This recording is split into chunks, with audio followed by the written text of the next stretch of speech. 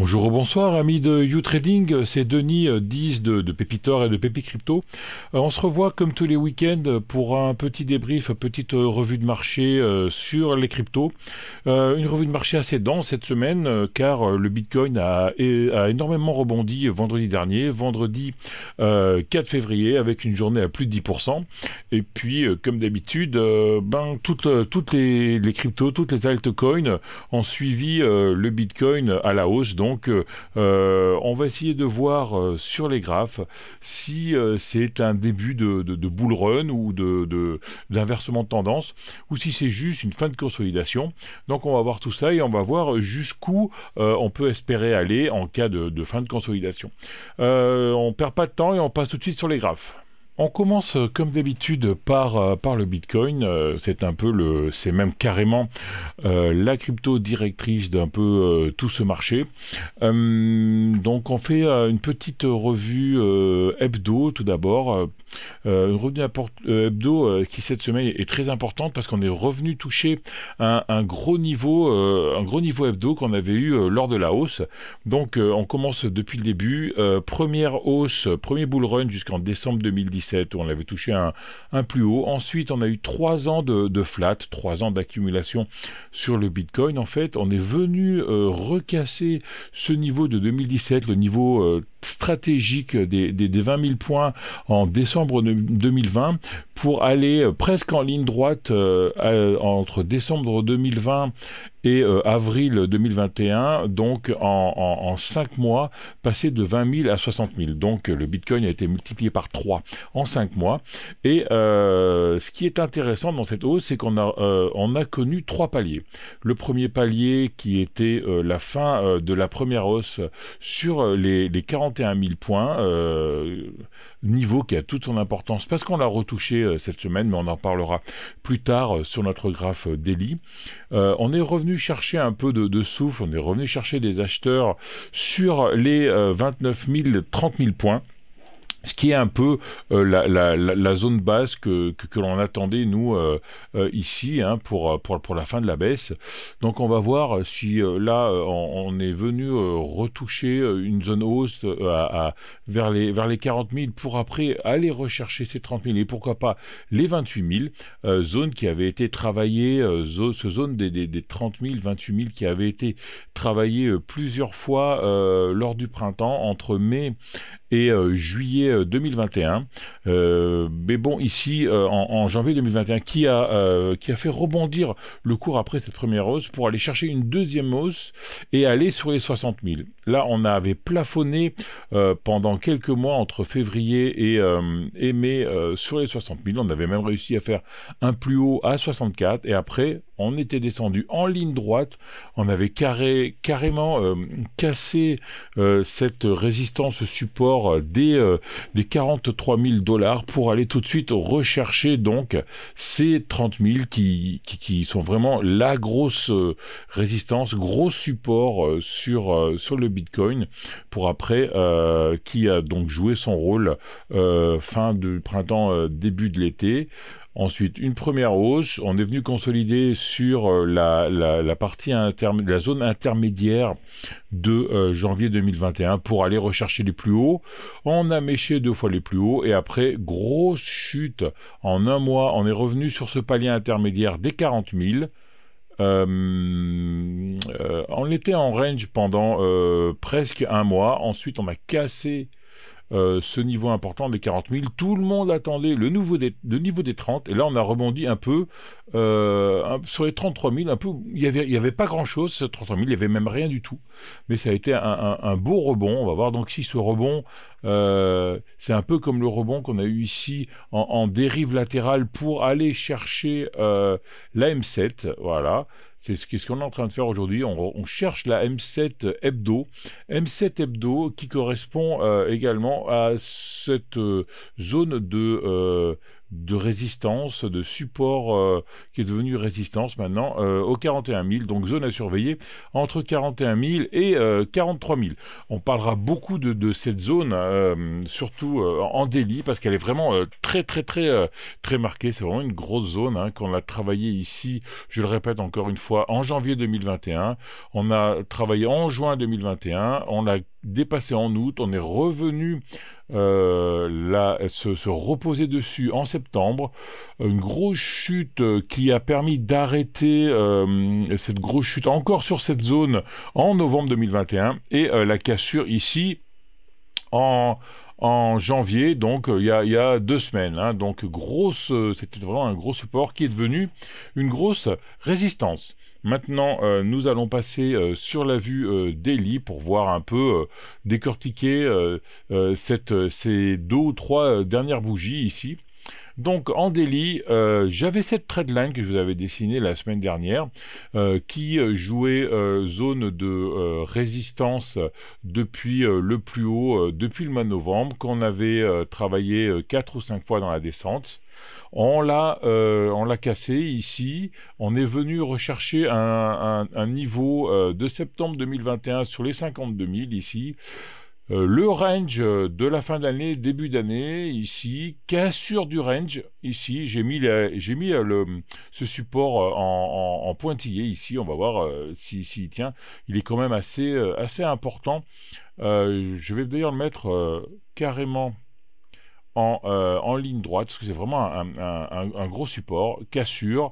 On est revenu chercher le plus bas de septembre, la conjonction de ce support de septembre 2021 ici, plus de la trendline qui est devenu support oblique baissier, a permis de faire un rebond. On est venu chercher ensuite cette zone ici, donc cette zone que je vais d'ailleurs dessiner de couleur. Voilà, je vais la mettre en couleur pour bien l'identifier. Rebond ici encore sur la trendline baissière, et on vient chercher ici cette zone, donc zone de support résistance de janvier 2021 lors de la dernière hausse. Voilà. À noter que la sortie de cette tendance entre guillemets baissière, il y avait une belle trendline aussi qui on avait relié 3 points ici et on a fait vraiment un très beau breakout avec plus de 10% dans la journée. On va voir exactement d'ailleurs combien on a fait de correction cette journée. Voilà. Avec une journée à 11,42%. Une journée à 11,42%, donc vraiment une très jolie bougie verte, avec des volumes pas si importants que ça, si on compare ça aux autres journées. Une journée à peine au-dessus de la moyenne, ce volume. Ça peut déjà peut-être nous donner une première indication pour savoir si c'est vraiment un breakout, un changement de tendance, ou alors juste une consolidation. Donc, un point de vue pour le changement de tendance, on casse la trendline baissière avec une énorme bougie verte. On a un croisement haussier M7, M20 ici, avec la M7 montante et la M20 qui devient horizontale, donc ça peut être validé. Les bandes de Bollinger qui deviennent horizontales grâce à la longue dérive latérale que l'on a connue ces 2 dernières semaines. Et puis là, samedi, dimanche, donc c'est le week-end, on a quand même deux petites bougies, une rouge, une verte. On verra comment va finir cette deuxième bougie, qui viennent vraiment buter sur cette zone de résistance. On verra ce que ça donne dans la semaine. Voyons voir maintenant ce qu'on peut penser au niveau retracement de Fibonacci. Donc la première chute ici a complètement été retracée pile poil à 38,2% du retracement. Ensuite, on prend la deuxième, la deuxième jambe de baisse ici. On voit qu'elle a été retracée à 38,2% aussi. Et cette troisième jambe de baisse, d'ici à ici, voilà, et on voit qu'on l'a retracée à plus de 61,8%. Donc, quand on retrace à plus de 61,8%, on va souvent chercher les 100%. Donc probablement on peut s'attendre dans la semaine à une poussée, peut-être une mèche, je ne sais pas, vers les 44 400 points qui nous permettrait donc de prendre la bolle ici et on verra donc cette clôture si jamais on vient passer cette zone de résistance. Si on arrive à faire une clôture hors bol, peut-être qu'on arrivera à rejoindre cette zone de range que l'on avait eu fin de l'année entre 45 000 et 51 000. Hein. Mais bon, avant que de faire tout ça, il faut vraiment qu'on passe cette zone de résistance qui, je vous rappelle encore une fois, avait été beaucoup travaillée ici au début de l'année, avait joué son rôle de support ici le 5 décembre, avait été beaucoup travaillé lors du repli, lors de la deuxième montée en octobre 2021, qui avait été travaillé ici également en juillet, retravaillé ici en juin et surtout qui avait freiné la première hausse en janvier 2021. Donc zone très importante à surveiller.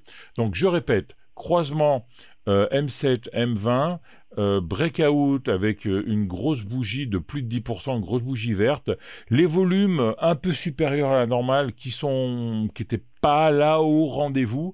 Retracement de Fibonacci, on a retracé plus de 60%, donc on va probablement retracer les 100 à suivre. Hein. Mais vraiment, cette zone-là, il faut vraiment qu'on passe les 43 500, les 44 000 pour vraiment faire un inversement de tendance. On va passer maintenant sur l'Ethereum.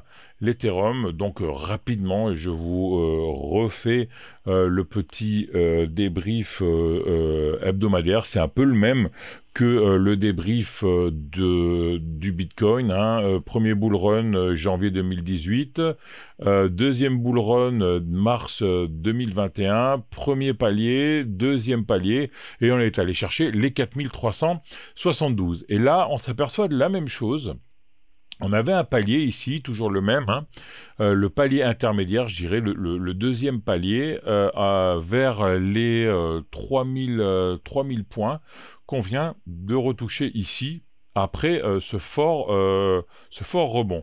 Rebond qui, lui, est un peu plus net que le Bitcoin, car on a une belle bougie de retournement, ici, un marteau avec une grosse bougie rouge antérieure, une grosse bougie verte postérieure, qui nous donne donc vraiment une figure de retournement, sur un support aussi, hein, une zone de support sur les 2100 points. On a le chercher à 100 points près, donc on peut considérer pour les cryptos que c'est vraiment un support. Donc figure de retournement sur support, ça sent un peu mieux sur l'Ethereum que sur le Bitcoin tout de même. Hein. Voyons voir maintenant en daily ce que ça dit. Voilà, donc comme pour le Bitcoin, je vais dessiner cette zone de couleur pour bien la définir ici, pour bien montrer qu'on est venu buter dessus, qu'elle avait bloqué la descente, qu'elle avait bloqué la chute en décembre 2022. Et là, on est vraiment en train de la travailler de nouveau et peut-être de sortir de cette zone. Sinon, toujours baissier.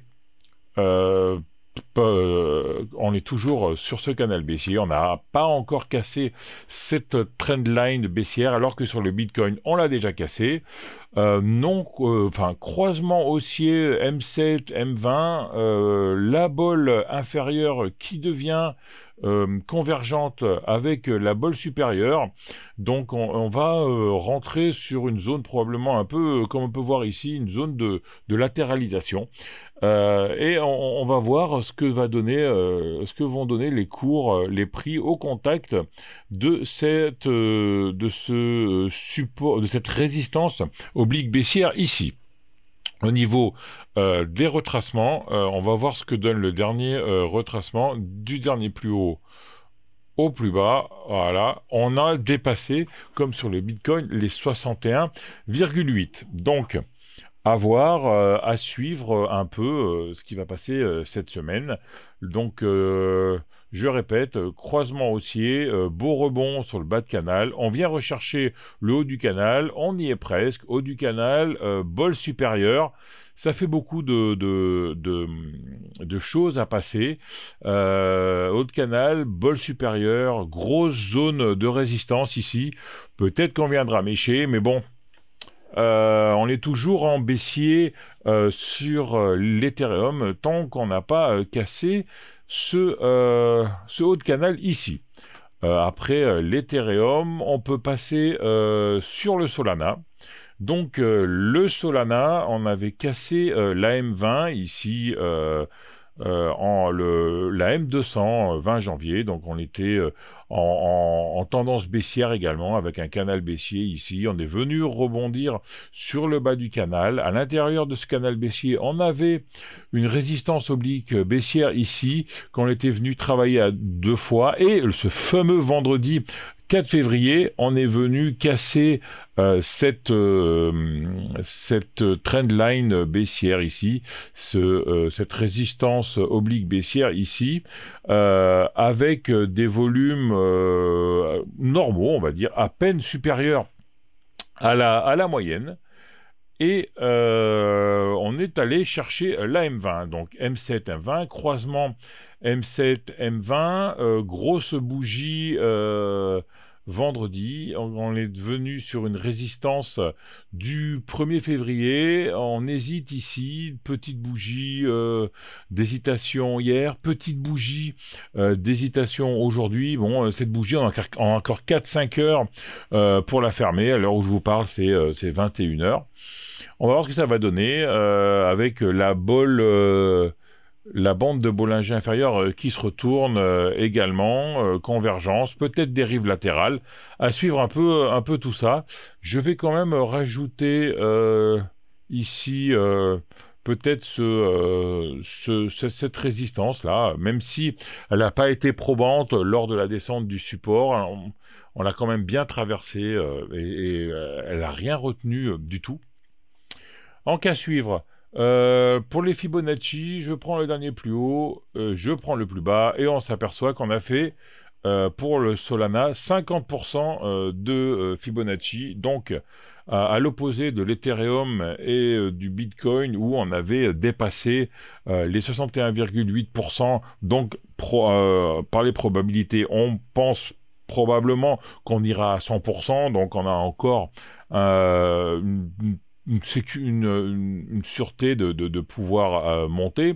Le Solana, lui, ici, bloque sur une zone de 50% pile poil, donc il aurait consolidé. Donc il pourrait très bien descendre cette semaine sur cette résistance, résistance 50%, 1, 2, 3, 4 bougies qui sont venues bloquer dessus. À suivre, comme vous pouvez le voir, pas facile d'analyser ces bitcoins, ces cryptos cette semaine. À suivre si c'est un rebond ou une consolidation. On passe maintenant sur l'e-gold de Elrond. Il y a une petite nouveauté d'actualité sur l'e-gold. Ils sortent un peu comme PancakeSwap sur Binance, sur la Binance Chain, ou Uniswap sur l'Ethereum. On peut maintenant introduire de nouveaux tokens, de nouvelles cryptos. Il y a eu 2 cryptos qui sont sortis cette semaine, Aero et IZ, il y a eu pas trop d'engouement dessus. On peut mettre des liquidités, on peut farmer. On peut pas encore farmer, non, on attend qu'il y ait plus de liquidités dessus. Pour le Holoride, le Ride qui a été la première introduction sur la blockchain Elrond après Leagold, on annonce que on aura des rewards en Ride maintenant avec en plus que des rewards en MEX, hein, MEX qui est le token natif ou le token de gouvernance de Maillard, Maillard étant le DEX d'Elrond. Donc ça commence à bouger pas mal sur Rigold. C'était un très très beau projet qui avait connu un peu des problèmes techniques lors de son lancement ici fin décembre. Il devait partir, on aurait dû avoir pas mal d'introductions, pas mal d'ICO, et puis d'encombrements, beaucoup de problèmes. Lors du lancement de la plateforme Maya, il y a eu 2 semaines d'interruption, donc ça n'a pas été très très professionnel sur le coup. Tout le monde attendait le nouveau démarrage, et là, ça y paraît enfin que ça peut repartir. Alors, est-ce que aussi c'est pas une stratégie de la part de l'équipe d'Elrond, hein, Elrond qui sont des Roumains, hein, je vous rappelle, pour rentrer, relancer la plateforme sur une tendance un peu moins baissière que ce que l'on avait actuellement, à suivre, hein, à suivre. Donc, elle rend vraiment une crypto à suivre en pleine actualité actuellement, hein, qui était montée, je vous rappelle, à 588 qui a fait un plus haut à 588 dollars lors du lancement de la plateforme du DEX Maillard, et maintenant qui est à 160. On est même venu chercher les 100 points, hein. Donc grosse zone ici, fin décembre, début janvier, grosse zone de latéralisation en range. On casse un premier support, on casse la M200, on vient retravailler un deuxième support qu'on casse, on vient ensuite rebondir sur un support de juillet 2021 qui là a joué son rôle. Et comme le Bitcoin, on vient faire un breakout sur la trendline baissière, sur une résistance oblique baissière en reliant les sommets du 26 décembre, du 5 janvier. On voit qu'on vient faire ici notre breakout. Par contre, breakout sur une petite bougie verte avec une bougie d'hésitation aujourd'hui. La fameuse journée du 4 février avec les 11% de hausse du Bitcoin n'a pas été aussi prolifique sur l'aileron. Il est venu bloquer sur une petite résistance court terme d'un plus haut du 26 janvier sur les 157-160 dollars, et là on stagne en fait, hein. Donc vraiment plutôt dérive latérale après la baisse ici pour le aileron. Au niveau des retracements de Fibonacci sur le dernier plus haut ici, voilà, on va y arriver. On est sur les 50%, hein, 50%. Comme sur le Solana. Donc on a vraiment consolidé ce dernier mouvement de baisse. Donc à suivre cette semaine si on arrive à recasser cette trendline. Mais bon, timide croisement haussier M7, M20. Trendline ici, haut de bol supérieur ici qui va venir. Retracement de Fibonacci ici, ça fait quand même beaucoup de résistance, hein. On va voir ce que ça donne, mais bon, vu que c'est le Bitcoin qui est directeur, si le Bitcoin avance, il emportera tout sur sa route, mais le aileron, lui, on pourrait plutôt parier sur une consolidation de cette jambe de baisse à suivre si on vient rechercher ici de la force sur les 110 cette semaine. On va faire le Luna maintenant. Donc le Luna qui est C'est une des dernières cryptos qui est en tendance haussière, hein. Elle a gardé sa M200 ici. On est venu rebondir sur la M200 trois fois, le 30 janvier, le 31 janvier et cette semaine, le 3 février. Voilà, beau rebond. Et on est venu rechercher la grosse zone de support résistance qui avait été ici. Voilà, le plus haut de novembre 2021, quand on était revenu travailler ici en décembre, avec un bon rebond, quasi englobante, qui avait arrêté ici la chute du 22 janvier, et là on est en train de retravailler cette zone. Euh, Pas de croisement haussier M7, M20 ici, car la descente a été plus prononcée que les autres cryptos et la dérive latérale beaucoup moins longue. Pas de croisement haussier ici. Possible non-croisement baissier même, on va voir ce que ça va donner ici avec les prix quand ils vont arriver sur la M20 qui avait bloqué la hausse déjà une fois ici, deux fois ici, avec un non-croisement, avec un croisement baissier ici, non-croisement baissier ici. On va voir ce que ça donne, hein. Le Luna a du retard par rapport au Bitcoin et à l'Ethereum. Les bandes de Bollinger, la bande de Bollinger inférieure qui commence à converger vers la bande de Bollinger supérieure. Donc je vous remets à la vidéo que j'avais fait sur les phases des bandes de Bollinger, hein. Première phase ici, phase 4, les bandes de Bollinger qui se resserrent. Phase 1, un tube. Ici, on l'a pas, mais par exemple, ici, on a le tube. Voilà, phase 1. Phase 2, c'est la phase explosive. C'est la phase qu'il ne faut pas rater. Phase 3, c'est la bolle opposée au mouvement qui prend la direction du mouvement. Et phase 4, c'est la bolle du mouvement. Donc, dans le cas d'un mouvement haussier, c'est la bolle supérieure qui change de direction et qui converge avec la bolle inférieure, phase 4, pour aller ensuite faire le tube en phase 1. Voilà. Hein, je vous rappelle tout ça. On va voir maintenant au niveau retracement de Fibonacci de la dernière descente. On voit que on n'a pas retracé du tout. On n'a pas encore retracé, même pas les 38,2%. Donc peut-être un retracement express ici vers la M20, mais comme je disais, le Luna a eu une chute un peu plus importante que les autres pour aller rechercher plus de niveaux, plus d'acheteurs sur la M200. Voilà. On peut faire le DOT maintenant, Polkadot. Bon, Polkadot toujours dans l'actualité avec ses enchères, hein. Donc je vous rappelle brièvement que Polkadot ouvrait, qui est une blockchain de niveau 0, hein, qui ouvrait les layer 1 sa blockchain.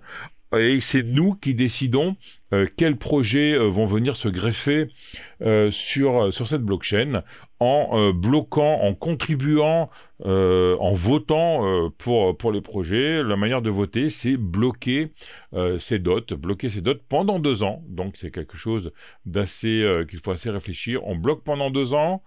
Le projet qui, toutes les semaines ou toutes les 2 semaines actuellement, comme on est dans le deuxième slot, toutes les semaines ou toutes les 2 semaines, qui a le plus de dots bloqués, remporte l'enchère. Une ou deux ou trois ou quatre, un mois on va dire pour mettre pour se brancher sur la blockchain. Et à ce moment-là, le projet nous donne des récompenses pour avoir voté pour eux.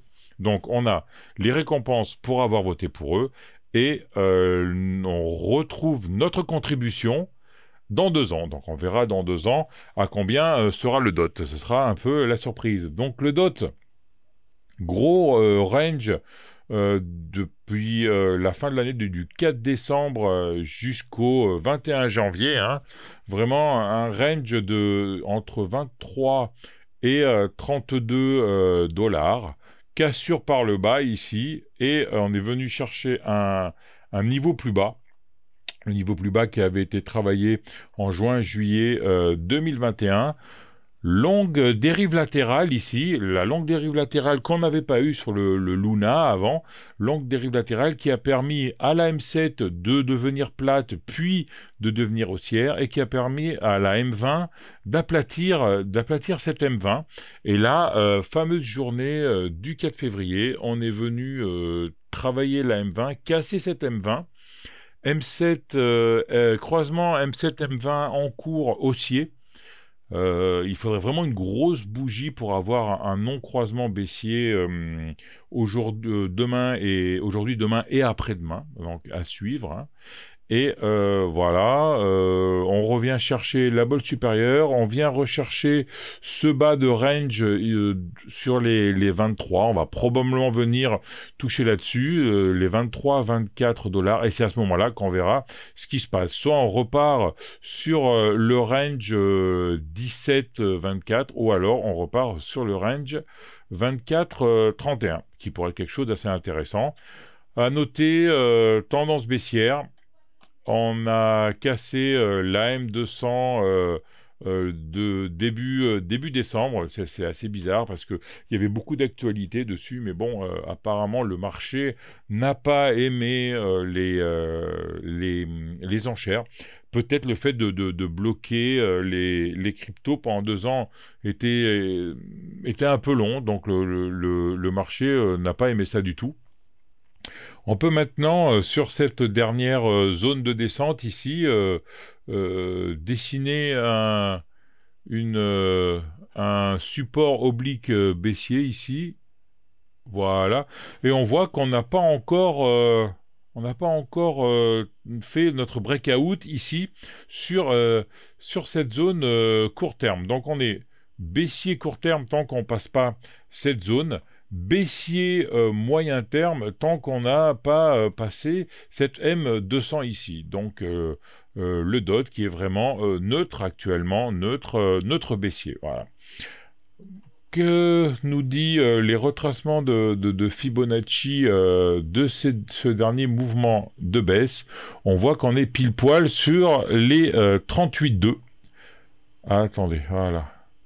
On voit qu'on est pile poil sur les 50, pardon. Donc, on pourrait considérer que on a que ce mouvement de consolidation et de hausse ici a été la consolidation complète de cette dernière jambe de baisse. Donc, consolidation ici. Résistance sur les 0,5 de Fibonacci, résistance sur le support oblique baissier ici, résistance sur le bas du range à 24 dollars, résistance avec la bolle sup ici qui est vraiment verticale, il faudrait vraiment que ça se vienne à plat. Donc pour moi, on va probablement continuer à plat, voire aller rechercher les 16 dollars. On se mouille un peu, on verra ce que ça donne, mais le DOT, c'est plutôt clair quand même ici. Pour conclure, on va passer rapidement sur l'AVAX, le Fantôme et l'Atome, qui sont trois cryptos très intéressantes aussi.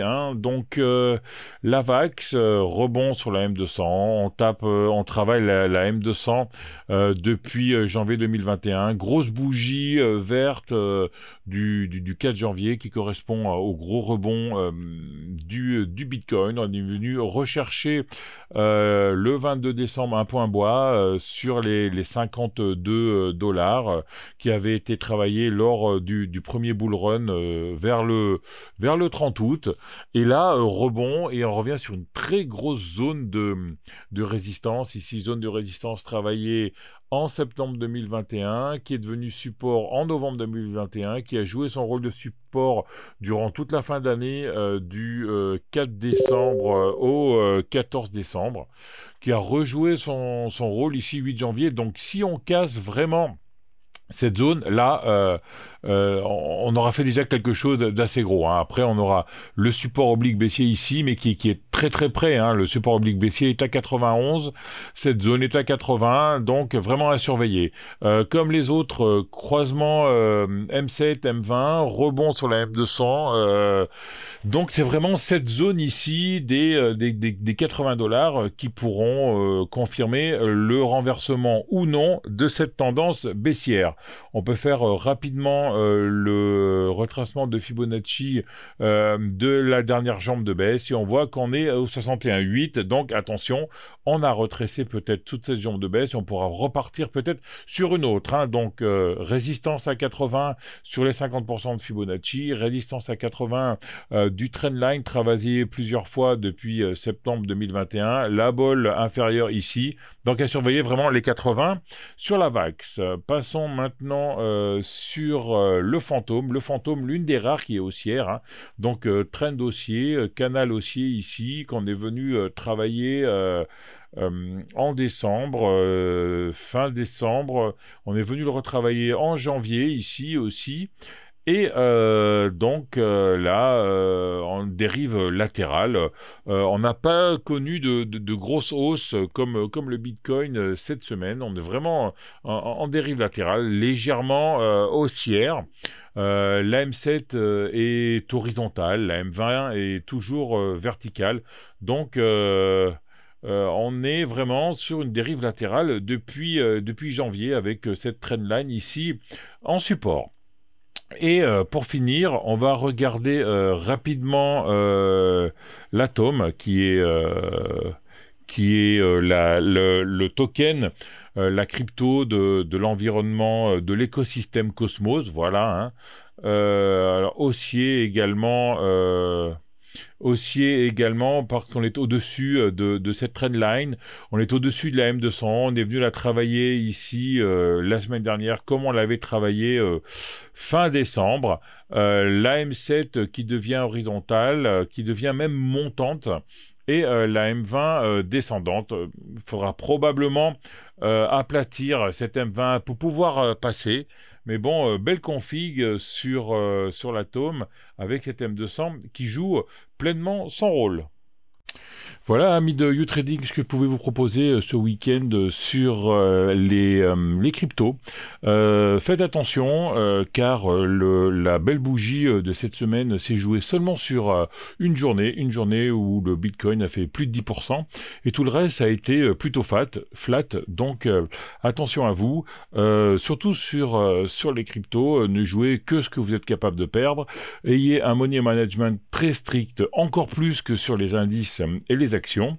Et puis on se retrouve voilà, la semaine prochaine pour voir un peu si c'est plutôt une consolidation du mouvement de baisse et on va retrouver, comme tout le monde l'attend, les 30 000, voire la mèche sur les 30 000 pour aller sur 28, ou alors si le marché crypto a pris tout le monde à contre-pied et a décidé de rebondir un peu avant, et tout le monde va rentrer pour ne pas rater le train, et on va avoir une belle hausse. Voilà, comme d'habitude, mettez un pouce bleu, abonnez-vous à la chaîne, laissez vos commentaires, et puis on se retrouve tous la semaine prochaine pour un petit débrief crypto.